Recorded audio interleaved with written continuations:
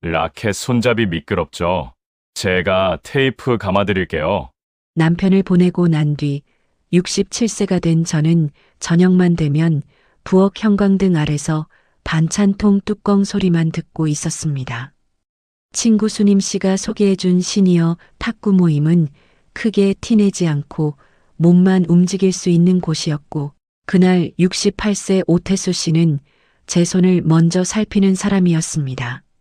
물 한 병을 조용히 밀어놓고 무릎 아픈 분 자리를 바꿔주고, 제가 숨을 고르면 공을 천천히 받아주던 그런 다정함이었습니다. 비슷한 외로움 겪어보신 분들은 아실 겁니다. 누가 괜찮으세요? 한마디만 해줘도 그 말이 하루를 버티게 할 때가 있습니다. 그런데 도장을 찍고 2달이 지나던 날, 저는 끝내 한 가지를 말하지 못했습니다.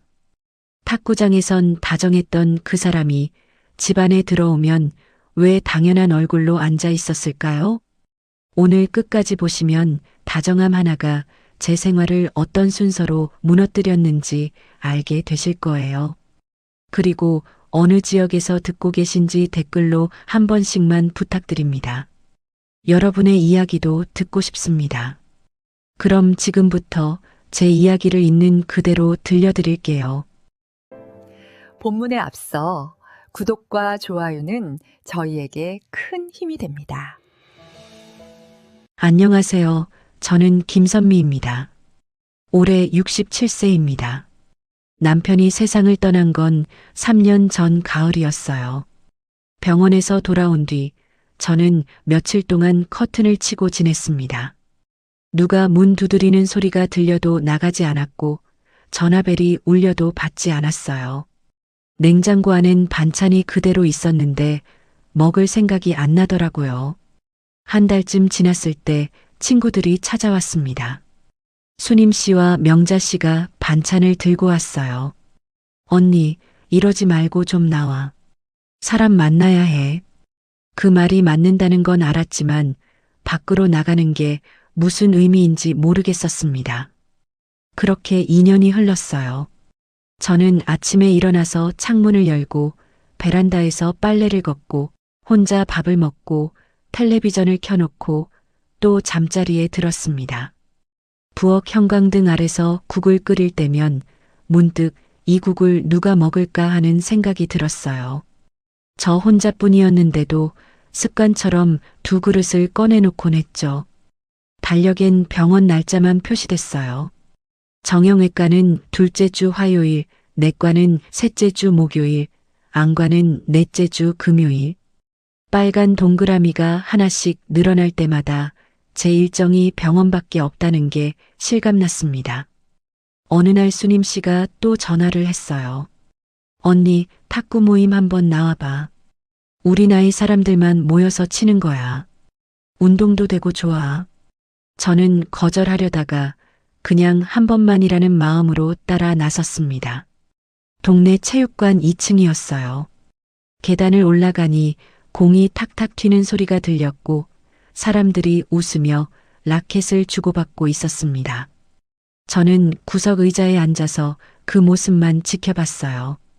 다들 즐거워 보였는데 저만 어색하게 느껴지더라고요.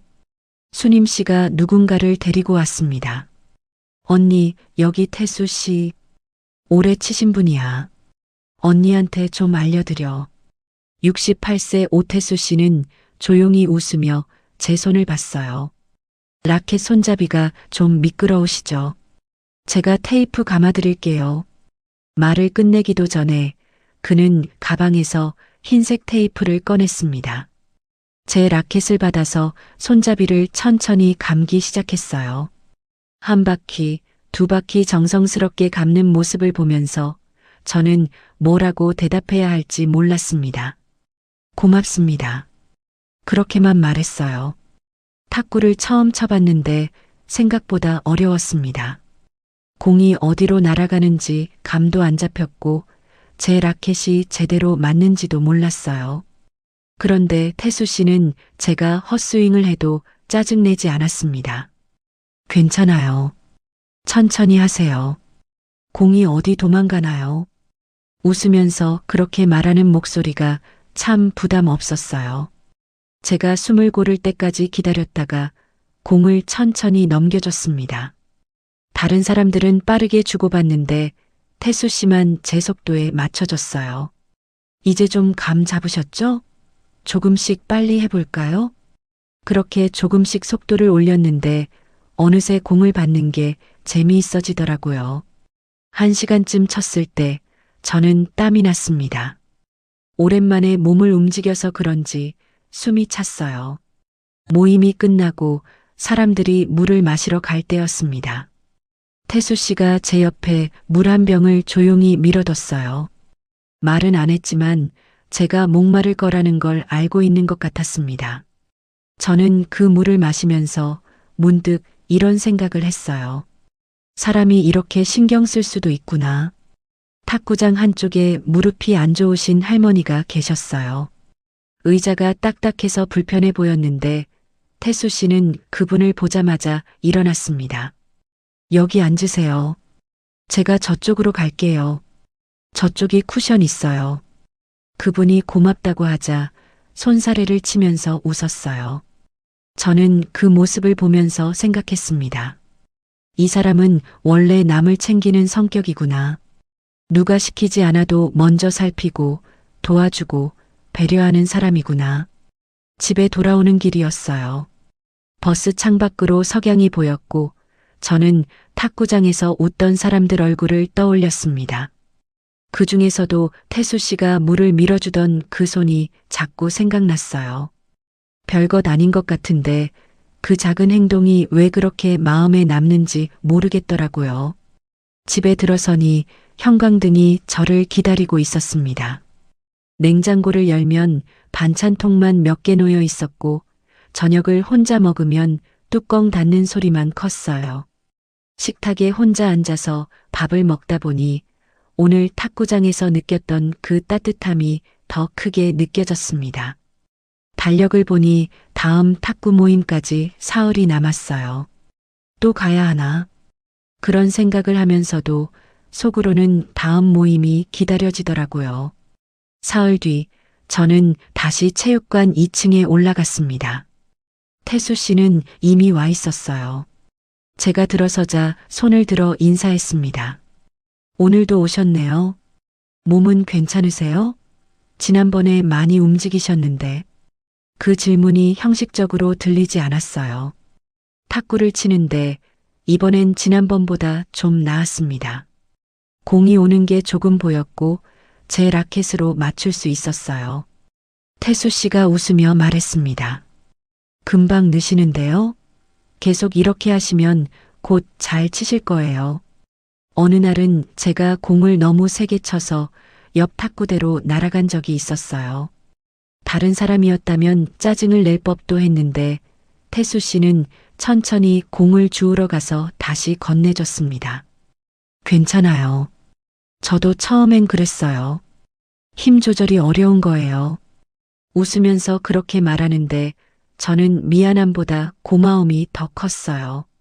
탁구를 치다 보면 머릿속이 조금 비워지는 느낌이 들었습니다. 공이 오면 받고 넘기고 또 받고 그 반복 속에서 다른 생각을 잠시 멈출 수 있었어요. 집에 가면 다시 조용해지지만 그 2시간만큼은 숨통이 트였습니다. 석 달쯤 지났을 때였어요. 수님 씨가 커피를 마시면서 말했습니다. 언니, 태수 씨 괜찮은 사람 같지? 원래 저렇게 다정해. 부인 일찍 잃고 혼자 사는데 성격이 좋아. 저는 그냥 웃고 넘겼지만 그 말이 묘하게 남더라고요. 다정하다는 말을 들으니 그 다정함을 제가 붙잡고 싶어지는 것 같았습니다. 탁구장에서 웃는 그 얼굴이 집에 돌아가면 자꾸 떠올랐어요. 모임이 끝나면 사람들이 커피를 마시러 가는 날이 있었습니다. 태수 씨도 자주 함께 갔는데 저는 대부분 먼저 집으로 돌아왔어요. 저는 먼저 갈게요. 집에 할 일이 있어서요. 그렇게 말하면 태수 씨가 웃으며 대답했습니다. 조심히 들어가세요. 다음에 봬요. 손을 흔드는 그 모습이 왜 그렇게 따뜻하게 느껴지는지 몰랐어요. 집으로 걸어오는 길에 저는 생각했습니다. 저 사람은 저녁에 뭘 하고 있을까? 커피를 마시고 사람들이랑 이야기하고 웃고 있겠죠. 저처럼 혼자 집에 들어가서 형광등을 켜는 사람은 아닐 거예요. 어느 날 탁구장에서 누군가 말하는 게 들렸습니다. 태수 씨, 오늘도 탁구 끝나고 또 다른 모임 간대요. 바쁜 사람이야. 다른 사람이 웃으며 거들었어요. 맞아. 노래 모임도 가고, 걷기 모임도 가고, 우리보다 젊어. 저는 그때 처음 알았습니다. 이 사람이 탁구 말고도 다른 모임을 많이 다닌다는 걸요. 그리고 저녁이 되면 늘 어디론가 가는 사람이라는 것도요. 집으로 돌아오면서 그 생각이 머릿속에서 떠나지 않았어요. 왜 저녁만 되면 늘 다음 일정이 있을까? 탁구가 끝나면 커피, 커피가 끝나면 노래, 노래가 끝나면 또 다른 모임. 혼자 있는 시간이 싫은 걸까? 아니면 원래 그렇게 바쁜 사람일까? 그날 밤 저는 냉장고 앞에 서서 반찬통을 꺼냈습니다. 시금치 무침, 멸치볶음, 김치 혼자 먹으려고 만들어둔 것들이었어요. 식탁에 앉아서 밥을 먹는데 문득 궁금해졌습니다. 태수 씨는 지금 누구랑 밥을 먹고 있을까? 혼자일까? 아니면 모임 사람들과 같이 있을까? 형광등이 너무 밝게 느껴져서 저는 거실불을 껐어요. 어둠 속에서 혼자 앉아 있으니 오늘 탁구장에서 느꼈던 따뜻함이 더 간절하게 느껴졌습니다. 그 궁금함이 왜 저녁만 되면 그 사람에겐 늘 다음 일정이 있는 걸까요? 탁구 모임을 나간 지 넉 달쯤 지났을 때였습니다. 태수 씨가 탁구가 끝나고 조심스럽게 말했어요. 선미 씨, 시간 되시면 커피 한 잔 할까요? 드릴 말씀이 있어서요. 저는 순간 긴장했습니다. 무슨 말을 하려는 걸까? 혹시 제가 실수한 게 있나 싶었어요. 탁구장 근처 작은 카페에서 저는 따뜻한 아메리카노를 앞에 두고 앉았습니다. 태수 씨는 한참 말이 없다가 조용히 꺼냈어요. 선미 씨, 저도 혼자 살아요. 아내가 5년 전에 세상 떠났어요. 저는 잠시 말을 잃었습니다. 그동안 그 이야기를 한 번도 하지 않았거든요. 애들이 다 서울에 있고 저는 그냥 여기저기 모임 다니면서 지내요. 사람들이랑 어울리는 게 좋아서요. 그렇게 말하면서도 그의 목소리엔 뭔가 허전한 게 묻어났습니다. 근데 집에 돌아가면 뭐랄까 텅 빈 느낌이 들어요. 아무도 없는 집이 싫더라고요. 그 말을 듣는데 제 가슴이 조금 무너지는 것 같았어요. 같은 외로움을 겪고 있는 사람이라는 걸 그제야 알았습니다. 저도 그래요. 집에 들어가면 형광등만 켜놓고 있어요. 처음으로 제 속마음을 꺼낸 것 같았습니다. 며칠 뒤 태수 씨가 다시 연락을 했어요. 선미 씨, 같이 밥 한번 먹을까요? 집에서 혼자 먹는 것보다 나을 것 같아서요. 저는 거절할 이유가 없었습니다. 외로운 사람끼리 밥 한 끼 같이 먹는 게 뭐가 문제겠어요. 식당에서 김치찌개를 먹으면서 태수 씨는 자기 이야기를 했습니다. 젊을 때 회사 다닌 이야기, 아이들 키운 이야기, 아내랑 여행 다닌 이야기. 저는 그 이야기를 들으면서 이 사람도 저처럼 추억만 붙잡고 사는구나 싶었어요. 그렇게 밥을 먹고 산책을 하고 가끔 전화를 하는 사이가 됐습니다. 태수 씨는 제게 부담을 주지 않으려고 조심하는 게 느껴졌어요. 혹시 불편하시면 언제든 말씀하세요. 제가 너무 연락 자주 하나요? 그런 말을 할 때마다 저는 이 사람이 참 배려 깊다는 생각을 했습니다. 2달쯤 지났을 때였어요. 산책을 하다가 벤치에 앉았는데 태수 씨가 조심스럽게 말을 꺼냈습니다. 선미 씨, 우리 같이 살면 어떨까요? 저는 깜짝 놀라서 그를 봤어요. 같이 산다는 게 무슨 말인지 재혼을 말하는 건지 아니면 그냥 동거를 말하는 건지 순간 헷갈렸습니다.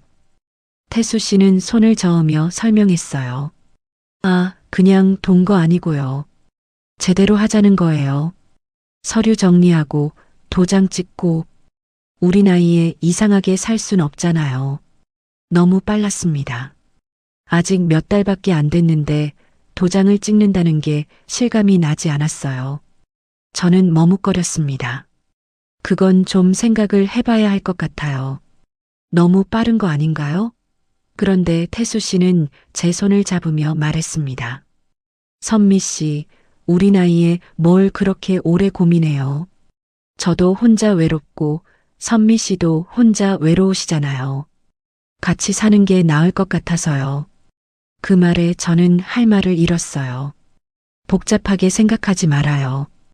우리 서로 의지하면서 살면 되죠.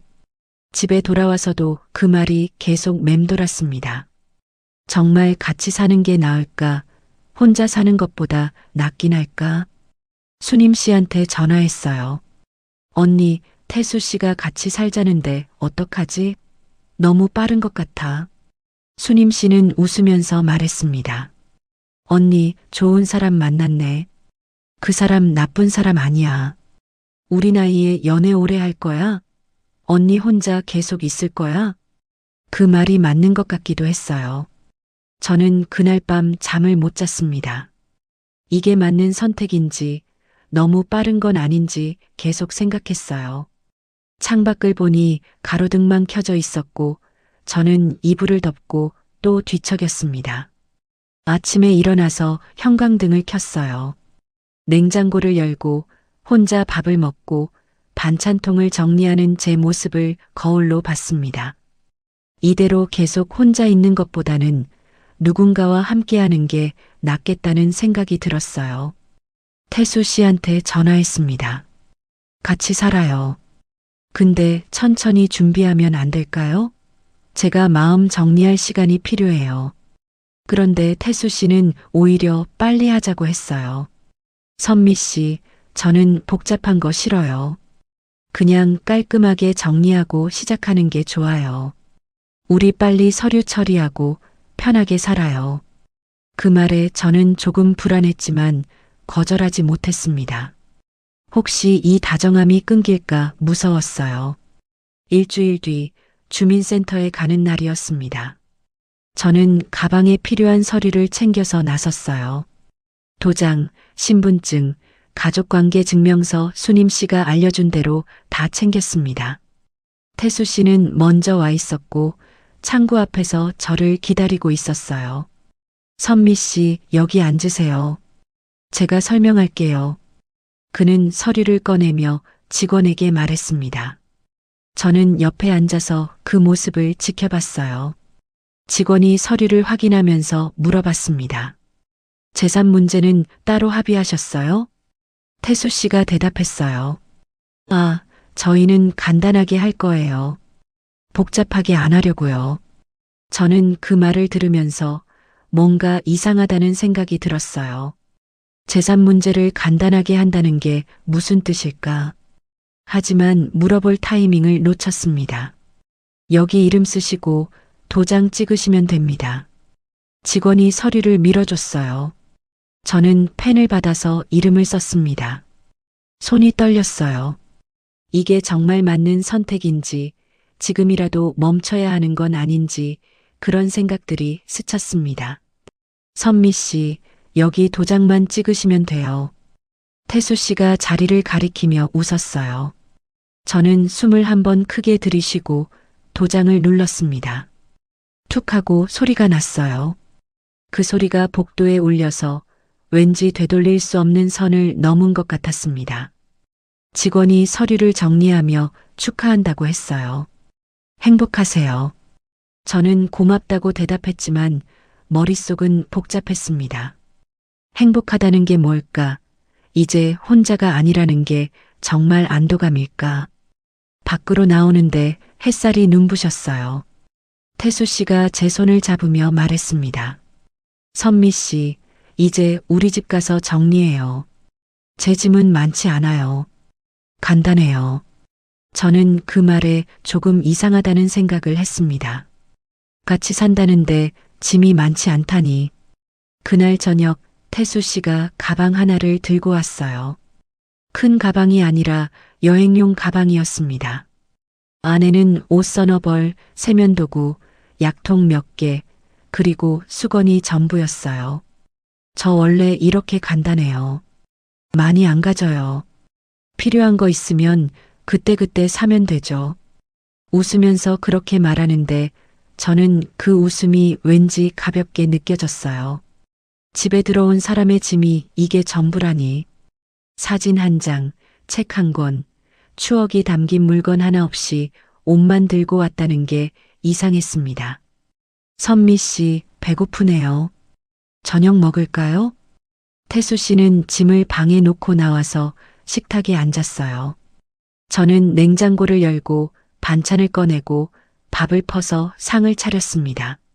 같이 식탁에 앉아서 밥을 먹었어요. 태수 씨는 맛있게 먹으면서 말했습니다. 이렇게 같이 먹으니까 좋네요. 혼자 먹는 것보다 훨씬 나아요. 저도 그렇게 생각하려고 했어요.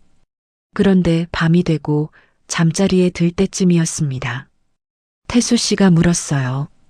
선미 씨, 생활은 원래 혼자 다 하셨어요? 밥하고, 빨래하고, 청소하고. 저는 그 질문이 무슨 뜻인지 잘 몰랐습니다. 네, 남편 떠나고 나서 혼자 했어요. 태수 씨는 고개를 끄덕이며 말했어요. 아, 그럼 제가 편하게 있어도 되겠네요. 저는 그런 거 잘 못해서요. 손도 안 맞고 서툴러요. 그 말이 위로가 아니라 확인처럼 들렸습니다.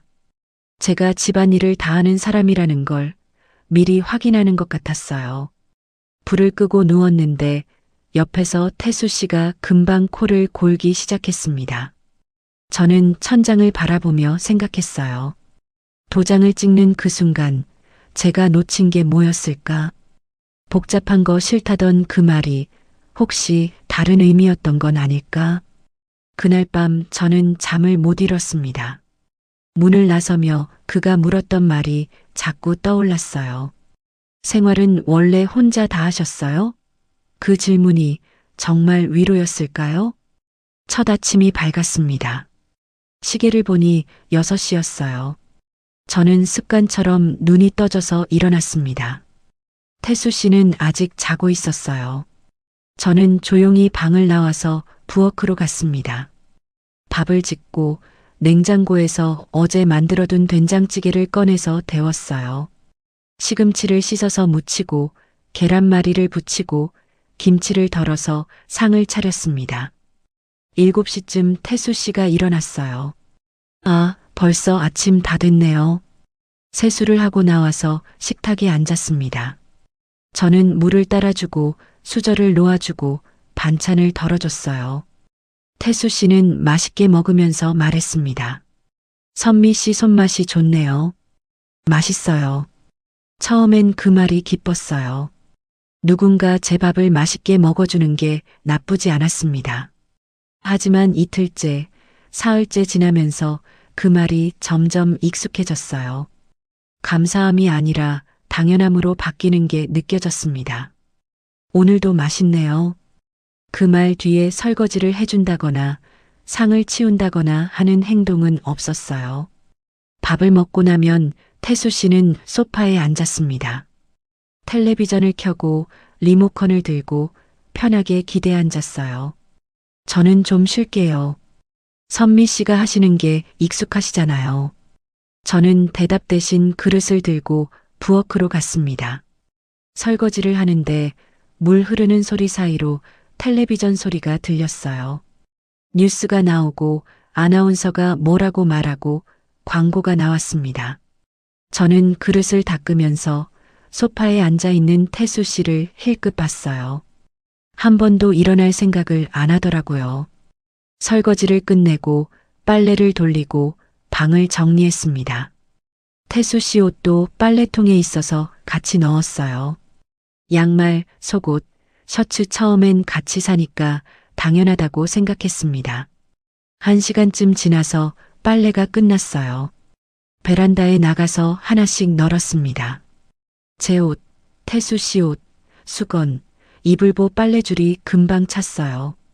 뒤돌아보니 태수 씨는 소파에 누워서 낮잠을 자고 있었습니다. 선미 씨, 저 좀 피곤해서요. 아침부터 아무것도 안 했는데 피곤하다고 했어요. 저는 걸레를 들고 바닥을 닦았습니다. 10시쯤 되니 태수 씨가 일어났어요. 선미 씨, 저 탁구 모임 갈 시간이에요.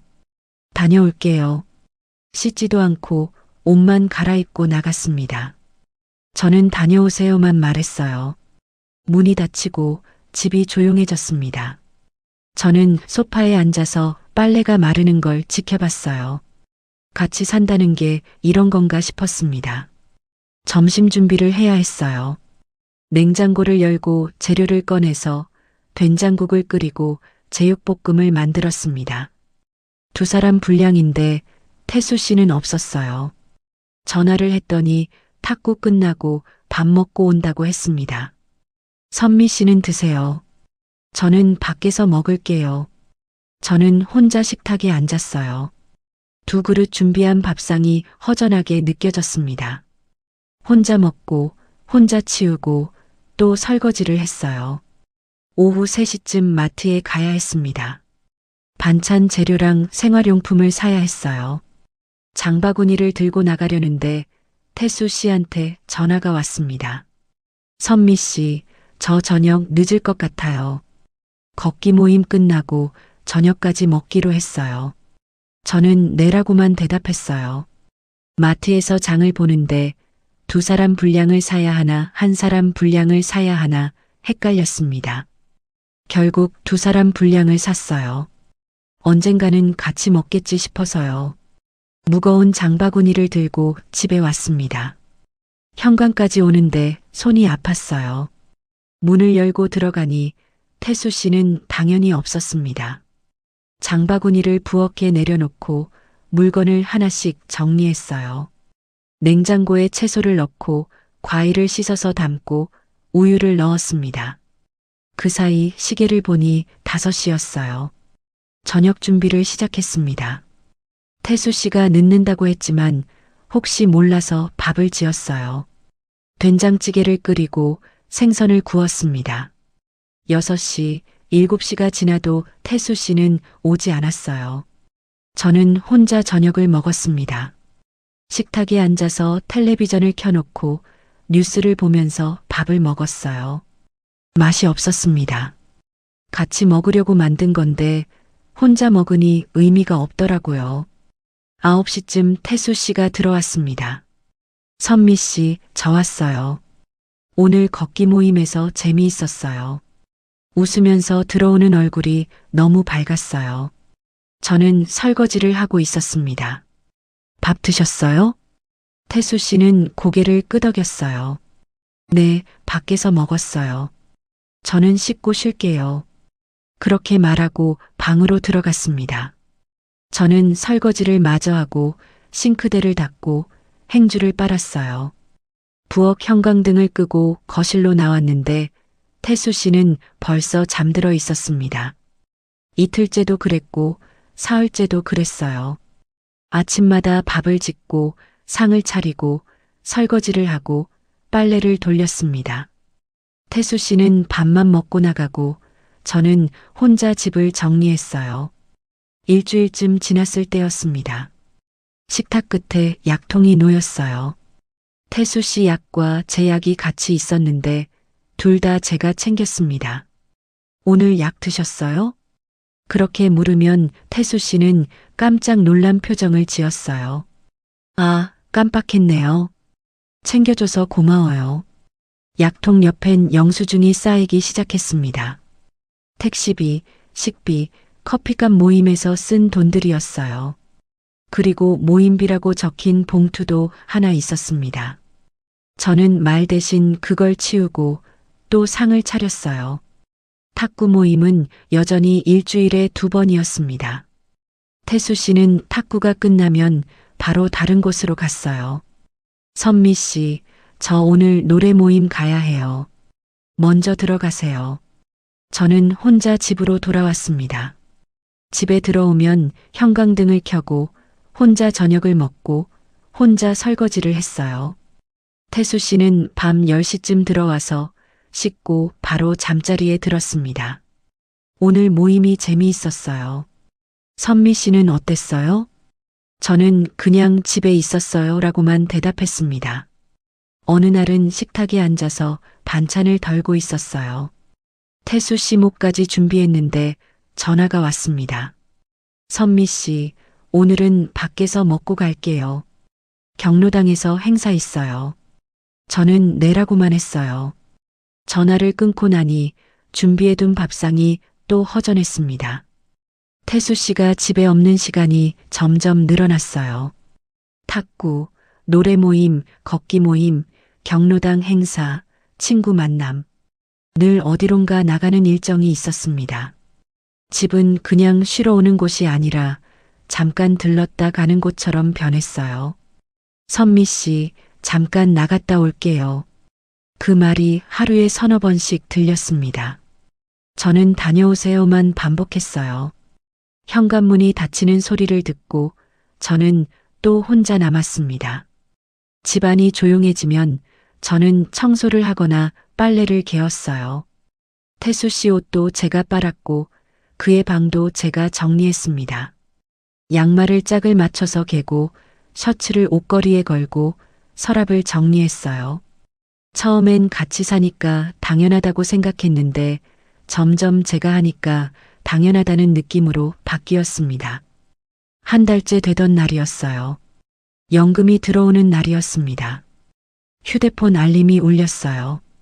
입금 알림이 떴습니다. 그런데 그 아래로 자동이체 알림이 줄줄이 떴어요. 전기세, 수도세, 관리비, 통신비. 여기까진 매달 똑같았습니다. 그런데 이번엔 순서가 달랐어요. 입금 알림보다 먼저 빠져나가는 이름들이 보였습니다. 모임비, 택시비, 병원비, 카드값. 제 통장에서 자동으로 나가고 있었어요. 저는 휴대폰을 들고 내역을 확인했습니다. 지난 한 달 동안 태수 씨가 쓴 돈이 전부 제 통장에서 빠져나갔어요. 언제 이렇게 연결됐는지 제가 동의한 적이 있었나 싶었습니다. 태수 씨, 이거 왜 제 통장에서 빠져나가요? 조심스럽게 물었습니다. 태수 씨는 소파에 앉아서 텔레비전을 보다가 대수롭지 않게 대답했어요. 아, 그거요? 같이 사니까 하나로 쓰는 게 편하잖아요. 선미 씨 통장이 메인이니까 거기서 다 빠지게 해놨어요. 저는 뭐라고 말해야 할지 몰랐어요. 같이 쓴다는 게 제 돈을 그가 쓴다는 뜻인지 아니면 정말 함께 관리한다는 뜻인지 헷갈렸습니다. 그런 건 미리 말씀해 주셔야. 태수 씨는 손을 저었어요. 뭐 그런 것까지 일일이 말해요?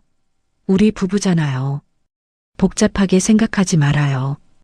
웃으면서 그렇게 말하고 다시 텔레비전을 봤습니다. 며칠 뒤 또 알림이 왔어요. 이번엔 카드 사용 내역이었습니다. 음식점, 커피숍, 편의점 태수 씨가 모임에서 쓴 돈들이었어요. 우리 카드 쓴 거예요. 괜찮죠? 그렇게 물으면서도 대답을 기다리지 않았습니다. 탁구 모임에서 사람들이 모여 있을 때였어요. 새로운 여자 회원이 있었습니다. 태수 씨는 그분 옆에 가서 말했어요. 라켓 손잡이 미끄럽죠. 제가 테이프 감아드릴게요. 저는 그 문장을 듣는 순간 멈췄습니다. 제가 처음 들었던 그 문장과 똑같았어요. 말투도, 억양도, 심지어 웃는 표정까지 똑같았습니다. 그분은 고맙다며 웃었고 태수 씨는 테이프를 꺼내서 라켓을 감아줬어요. 저는 그 모습을 보면서 가슴이 무너지는 느낌이 들었습니다. 아, 이게 복제였구나. 탁구가 끝나고 집으로 걸어오는데 다리에 힘이 없었어요. 그 다정함이 저만을 위한 게 아니었다는 걸, 그냥 누구에게나 하는 말이었다는 걸 알았습니다. 집에 들어와서 조심스럽게 물었어요.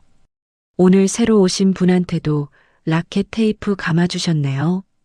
태수 씨는 웃으며 대답했습니다. 당연하죠. 사람 챙기는 게 뭐가 문제예요? 제가 원래 그래요. 미안함이 아니라 당연함이었어요.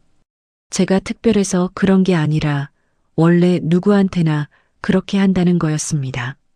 그날 밤 저는 밥상 앞에서 젓가락을 들었다가 내려놓았어요. 밥을 먹어야 하는데 목으로 넘어가지 않았습니다. 싸우기보다 숨부터 삼켰어요. 그리고 머릿속에 한 단어가 떠올랐습니다.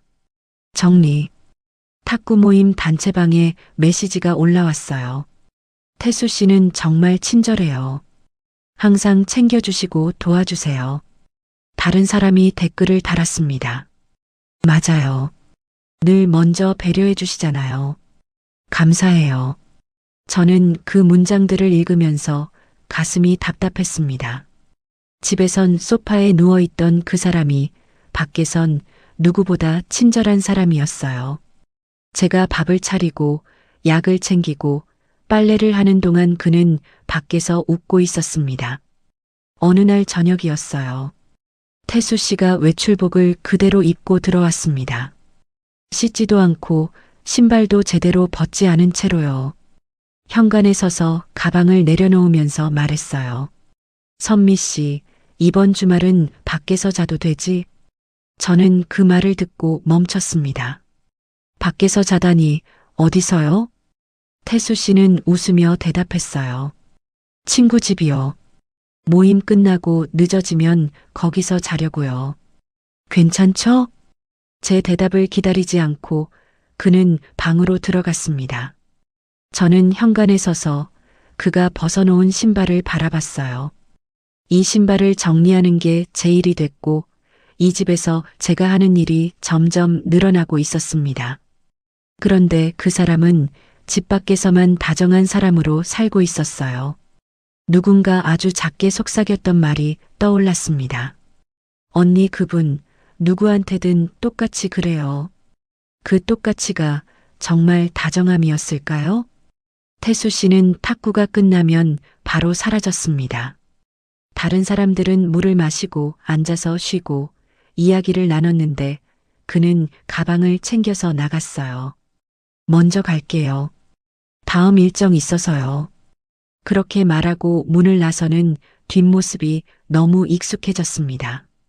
수님 씨가 어느 날 물었어요. 태수 씨는 어디 가는 거야? 매번 탁구 끝나자마자 나가던데. 저는 알고 있었지만 자세히 말하고 싶지 않았습니다. 다른 모임 있대요. 실제로 태수 씨는 일주일 내내 일정이 있었어요.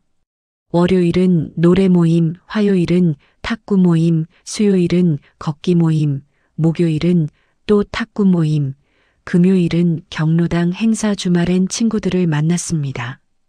집에 있는 시간보다 밖에 있는 시간이 훨씬 많았어요. 어느 날 마트에서 아는 분을 만났습니다. 경로당에서 봤던 분이었어요. 아, 선미 씨. 태수 씨 부인이시죠? 태수 씨 정말 좋은 분이에요. 갑자기 그런 말을 하니 저는 어떻게 대답해야 할지 몰랐습니다. 감사합니다. 그분이 계속 말했어요. 우리 경로당 행사 때 항상 먼저 도와주세요. 의자도 나르고 음식도 나르고 친절하시더라고요. 저는 웃으며 고개를 끄덕였지만 속으로는 이상한 기분이 들었습니다. 집에선 소파에서 일어나지도 않는 사람이 밖에선 의자를 나른다니. 마트에서 돌아오는 길에 또 다른 분을 만났어요. 걷기 모임에서 본 분이었습니다. 선미 씨, 태수 씨 덕분에 우리 모임이 재미있어요. 늘 분위기 띄워주시고 걷다가 힘든 사람 있으면 속도 맞춰주시고. 그 말을 들으면서 저는 장바구니를 쥔 손에 힘이 들어갔어요.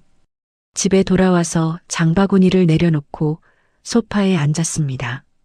태수 씨는 당연히 집에 없었어요.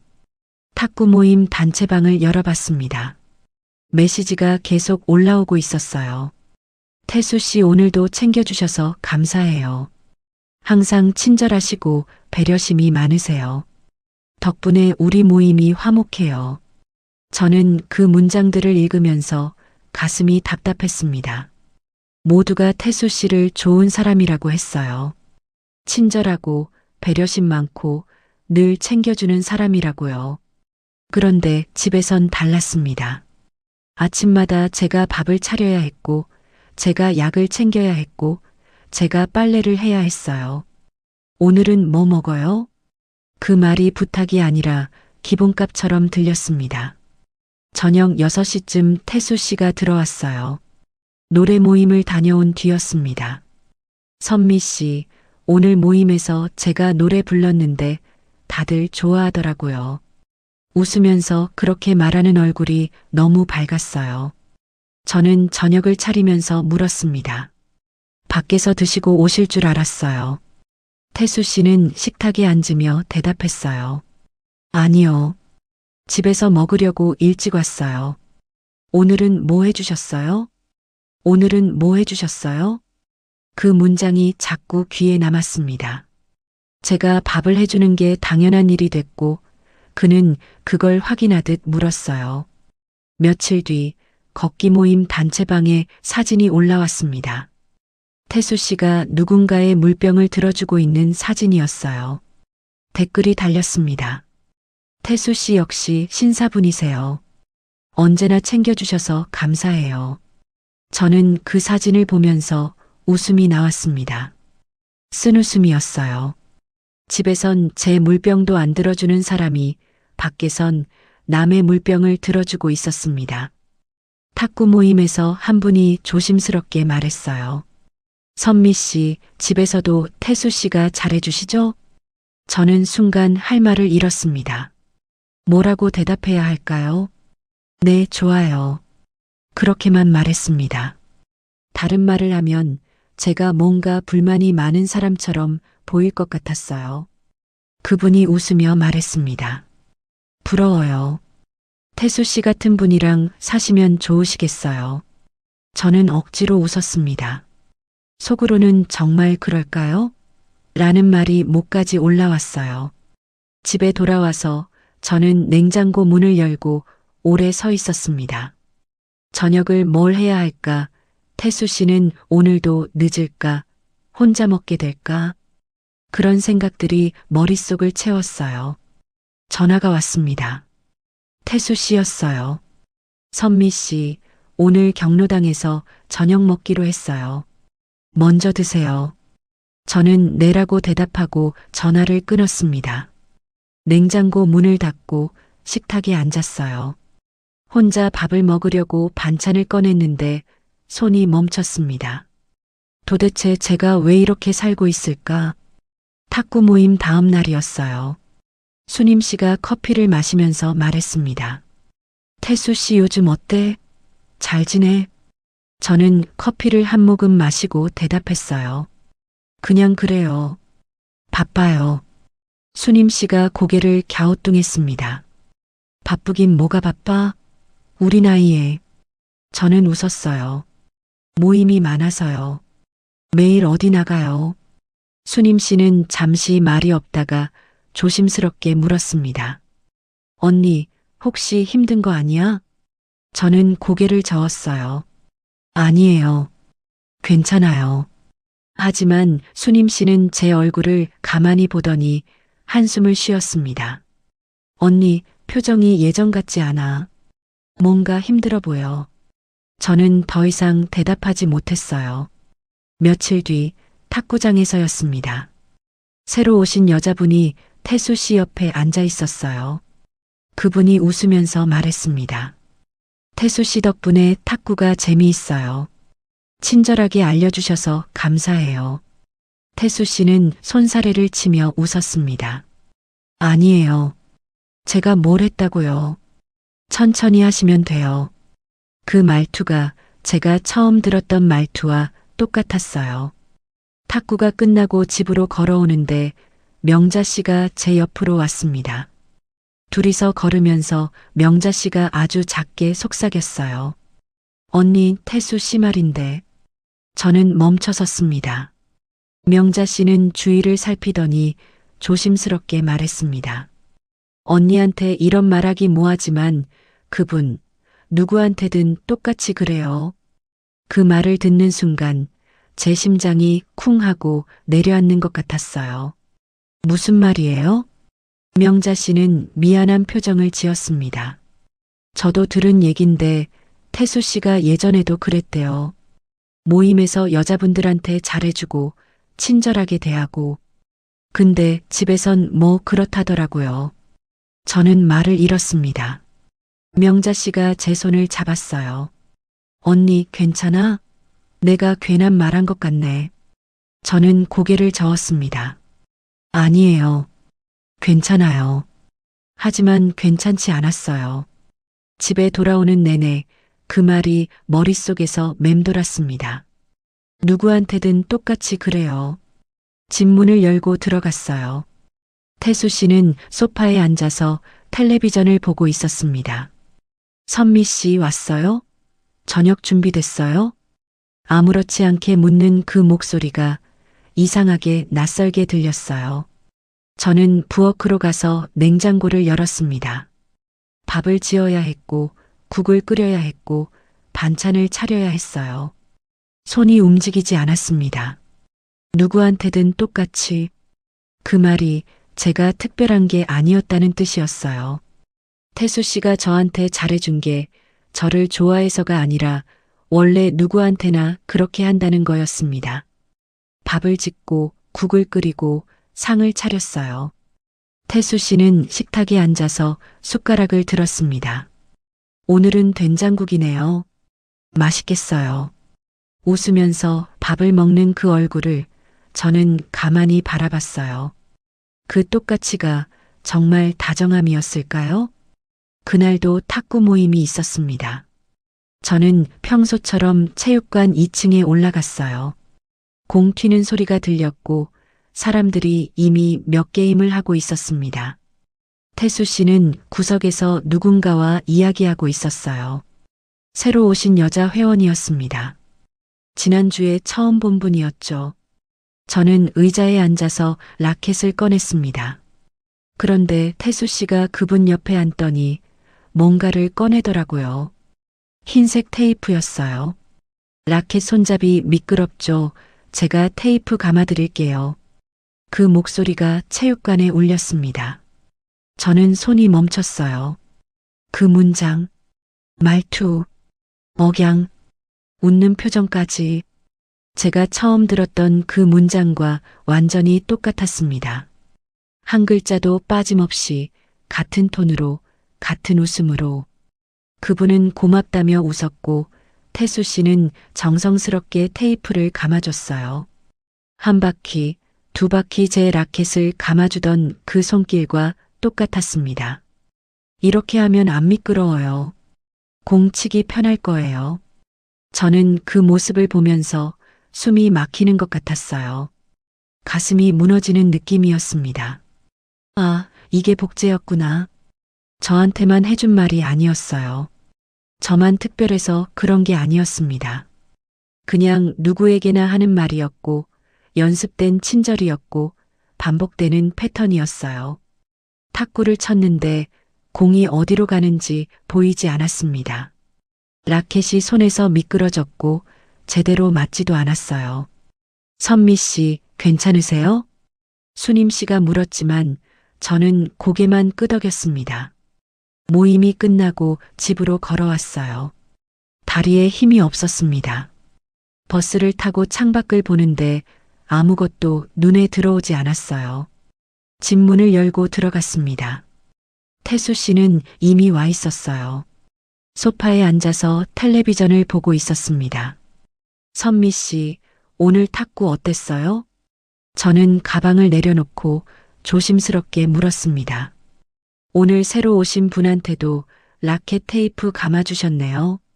제 목소리가 떨렸어요. 태수 씨는 웃으며 고개를 끄덕였습니다. 네. 처음 오신 분이라 손잡이 미끄러워 하시더라고요. 아무렇지 않게 대답했어요. 저는 한 번 더 물었습니다. 저한테 해주셨던 말이랑 똑같던데요. 태수 씨는 리모컨을 내려놓고 저를 봤어요. 그게 왜요? 사람 챙기는 게 뭐가 문제예요? 웃으면서 말했지만 그 웃음에 미안함은 없었습니다. 선미 씨도 처음엔 제가 그렇게 해줬잖아요. 새로 오신 분도 똑같이 해주는 거죠. 제가 원래 그래요. 제가 원래 그래요. 그 말이 제 귀를 때렸습니다. 미안함이 아니라 당연함이었어요. 제가 특별해서 그런 게 아니라 원래 누구한테나 그렇게 한다는 거였습니다. 그럼 저는 뭐였어요? 제 입에서 그 말이 나왔습니다. 태수 씨는 어이없다는 표정을 지었어요. 선미 씨, 왜 그래요? 질투하는 거예요? 질투라는 단어에 저는 할 말을 잃었습니다. 사람 챙기는 게 잘못된 건 아니잖아요. 그게 친절 아니에요? 저는 더 이상 말하지 못했어요. 부엌으로 가서 저녁 준비를 시작했습니다. 밥을 짓고 냉장고에서 반찬을 꺼내고 국을 끓였어요.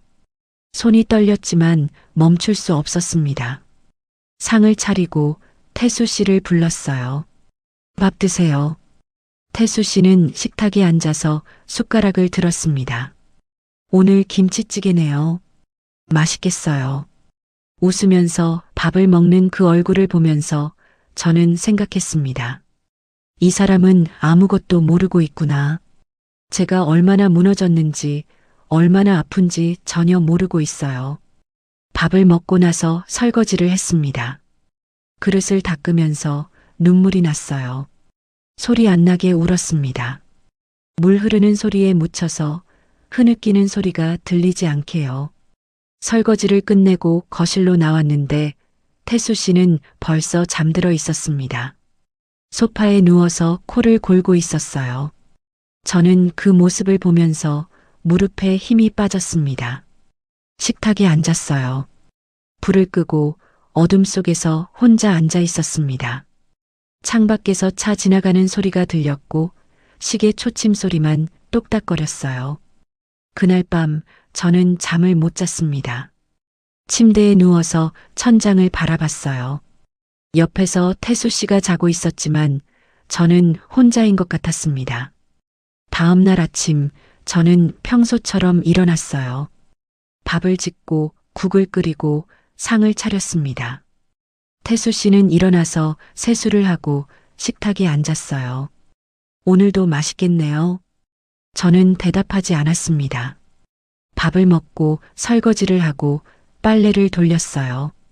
몸은 움직이는데 마음은 멈춰 있는 것 같았습니다. 며칠이 지났어요. 태수 씨는 여전히 모임을 다녔고 저는 여전히 집안일을 했습니다. 아침을 차리고 청소를 하고 저녁을 준비하고 똑같은 하루가 반복됐어요. 그런데 어느 날 저녁이었습니다. 밥상 앞에 앉아서 저는 젓가락을 들었다가 내려놓았어요. 밥을 먹어야 하는데 손이 움직이지 않았습니다. 태수 씨는 맛있게 먹고 있었어요. 반찬을 짚고 국을 떠먹고 밥을 먹었습니다. 선미 씨, 왜 안 먹어요? 저는 고개를 저었습니다. 입맛이 없어요. 태수 씨는 그냥 고개를 끄덕이고 계속 먹었어요. 저는 식탁에서 일어났습니다. 부엌으로 가서 물을 한 잔 마셨어요. 싸우기보다 숨부터 삼켰습니다. 소리 내지 않으려고, 울지 않으려고 참았어요. 그리고 머릿속에 한 단어가 떠올랐습니다. 정리. 이 생활을 정리해야겠다는 생각이 처음 들었어요. 이대로 계속 살 수 없다는 게 확실해졌습니다. 며칠 뒤였어요. 태수 씨가 외출복을 그대로 입고 들어왔습니다. 씻지도 않고 신발도 제대로 벗지 않은 채로요. 가방을 현관에 던져놓고 거실로 들어왔어요. 선미 씨, 이번 주말은 밖에서 자도 되지? 그냥 알리는 투였어요. 물어보는 게 아니라 통보하는 거였습니다. 밖에서 자다니 어디서요? 저는 조심스럽게 물었습니다. 태수 씨는 웃으며 대답했어요. 친구 집이요. 모임 끝나고 늦어지면 거기서 자려고요. 괜찮죠? 제 대답을 기다리지 않았습니다. 그냥 방으로 들어가서 짐을 챙기기 시작했어요. 옷 몇 벌을 가방에 넣고 세면도구를 챙겼습니다. 저는 현관에 서서 그 모습을 지켜봤어요. 이 사람은 이 집을 정말 집으로 생각하는 걸까? 쉬는 곳으로 생각하는 걸까? 아니면 그냥 잠깐 들렀다 가는 곳으로 생각하는 걸까? 태수 씨는 가방을 들고 나왔습니다. 그럼 주말에 봐요. 선미 씨도 편하게 쉬세요. 웃으면서 문을 열고 나갔어요. 문이 닫히는 소리가 크게 들렸습니다. 저는 그 자리에 서서 한참을 움직이지 못했어요. 현관에 신발이 벗겨져 있었습니다.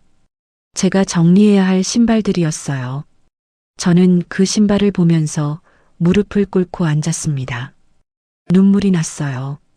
소리내서 울었습니다.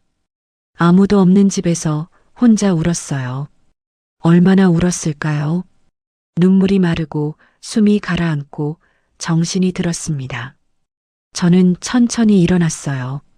거울을 봤습니다. 눈이 퉁퉁 부은 제 얼굴이 보였어요. 이 얼굴로 언제까지 살 수 있을까? 그날 밤 저는 서랍을 열었습니다. 재혼할 때 받았던 서류가 있었어요. 도장 소리가 나던 그 서류. 저는 그걸 꺼내서 오래 들여다봤습니다. 정리해야 한다. 그 생각이 점점 확실해졌어요. 주말이 지나고 월요일 아침이었습니다. 태수 씨는 일요일 밤에 들어왔어요. 다녀왔어요. 그렇게만 말하고 방으로 들어갔습니다. 저는 평소처럼 아침을 준비했어요. 밥을 짓고 국을 끓이고 상을 차렸습니다. 태수 씨는 식탁에 앉아서 밥을 먹었어요. 역시 집밥이 맛있네요. 저는 대답하지 않았습니다. 설거지를 하고 태수 씨가 나간 뒤 저는 서랍을 열었어요. 서류 봉투를 꺼냈습니다. 재혼 서류, 통장 사본, 자동이체 내역서, 제가 모아둔 종이들이었어요. 하나씩 펼쳐서 확인했습니다. 자동이체 내역을 보니 생각보다 많았어요. 태수 씨 모임비, 병원비, 카드값, 통신비, 모두 제 통장에서 빠져나가고 있었습니다. 저는 공책을 꺼내서 메모하기 시작했어요. 어떤 항목이 자동이체로 묶여 있는지, 어떤 카드가 연결돼 있는지, 어떤 명의가 제 이름으로 돼 있는지 하나씩 적었습니다. 휴대폰 알림을 확인했어요. 결제 알림이 매일 왔었는데 저는 그걸 그냥 지나쳤던 거예요. 커피값, 식비, 택시비 하루에도 몇 건씩 빠져나가고 있었습니다. 메모가 한 장을 넘어갔어요. 생각보다 정리할 게 많았습니다. 저는 공책을 덮고 휴대폰을 들었어요. 주민센터에 전화했습니다. 재혼 관련해서 상담받고 싶은데요. 직원이 친절하게 대답했어요. 네, 언제 오시겠어요? 다음 날 주민센터에 갔습니다. 상담실에 앉아서 제 상황을 설명했어요. 직원은 고개를 끄덕이며 들었습니다. 정리하시려면 서류가 몇 가지 필요해요. 필요한 서류 목록을 받았어요. 가족관계 증명서, 재산 증명서, 통장 사본. 집에 돌아와서 하나씩 준비했습니다. 법률 상담도 받았어요. 변호사 사무실에 가서 제 이야기를 했습니다. 변호사는 메모를 하면서 물었어요. 좋게 정리하고 싶으세요? 아니면 확실하게 정리하고 싶으세요? 저는 잠시 생각했습니다. 좋게라는 말이 무슨 의미일까요? 서로 상처 안 주고 조용히 끝내는 걸까요? 확실하게 정리하고 싶어요. 제 입에서 그 말이 나왔습니다. 변호사는 고개를 끄덕였어요. 그럼 재산 정리부터 확실하게 하셔야 해요. 집에 돌아와서 저는 통장부터 정리했습니다. 은행에 가서 자동이체를 끊었어요. 하나, 둘, 셋 모든 항목을 해지했습니다. 혹시 다시 신청하시면 안 되냐고요? 직원이 물었지만 저는 고개를 저었어요. 아니요. 완전히 끊어주세요. 카드도 정리했습니다. 태수 씨가 쓰던 카드를 해지하고 비밀번호를 바꿨어요. 새 카드를 발급받고 결제 수단을 모두 변경했습니다. 집이 제 명의라서 도어락 비밀번호도 바꿨어요. 업체를 부르지 않고 제가 직접 설정했습니다. 숫자를 누르면서 손이 떨렸어요. 며칠 동안 준비했습니다. 태수 씨는 여전히 모임을 다녔고 저는 조용히 정리를 했어요. 밥을 차리고 설거지를 하고 평소처럼 생활하면서 하나씩 끊어나갔습니다. 모든 준비가 끝났을 때 저는 태수 씨한테 전화했어요. 통화 좀 할 수 있어요? 태수 씨는 밝은 목소리로 대답했습니다. 네, 뭐 있어요? 저는 숨을 크게 들이쉬고 말했습니다. 우리 정리하면 좋겠어요. 전화 너머로 잠시 침묵이 흘렀어요. 정리요? 무슨 정리요? 태수 씨가 물었습니다. 저는 떨리는 목소리로 대답했어요. 같이 사는 거 정리하려고요. 태수 씨는 웃었습니다. 선미 씨, 왜 갑자기 그래요? 무슨 일 있어요? 여전히 다정한 목소리였어요. 하지만 저는 더 이상 그 다정함에 속지 않았습니다. 서류는 제가 준비했어요. 만나서 이야기해요. 그렇게 말하고 전화를 끊었습니다. 손이 떨렸지만 후회하지 않았어요. 며칠 뒤 주민센터 앞에서 만났습니다. 태수 씨는 이해할 수 없다는 표정이었어요. 선미 씨, 대체 왜 이러는 거예요? 제가 뭘 잘못했어요? 저는 가방에서 서류를 꺼냈습니다. 준비한 종이들을 하나씩 보여줬어요. 자동이체 내역, 카드 사용 내역, 통장 거래 내역. 이거 보세요. 2달 동안 제 통장에서 이만큼 나갔어요. 태수 씨는 서류를 보더니 말했습니다. 그게 뭐가 문제예요? 우리 같이 사는데 당연한 거 아니에요? 저는 고개를 저었습니다. 같이 쓰는 게 아니었어요. 당신만 쓴 거였어요. 태수 씨는 할 말을 잃었어요. 그리고 집안일도 다 제가 했어요. 밥, 빨래, 청소, 약 챙기기 모든 걸 제가 했죠. 저는 차분하게 말했습니다. 당신은 밖에서만 다정한 사람이었어요. 집에선 아니었어요. 태수 씨는 얼굴이 굳었습니다. 선미 씨, 우리 좋게 정리하자. 굳이 이렇게까지 해야 해요? 여전히 다정한 목소리로 말했어요. 저는 그 좋게가 누굴 위한 말인지 이제 알았습니다.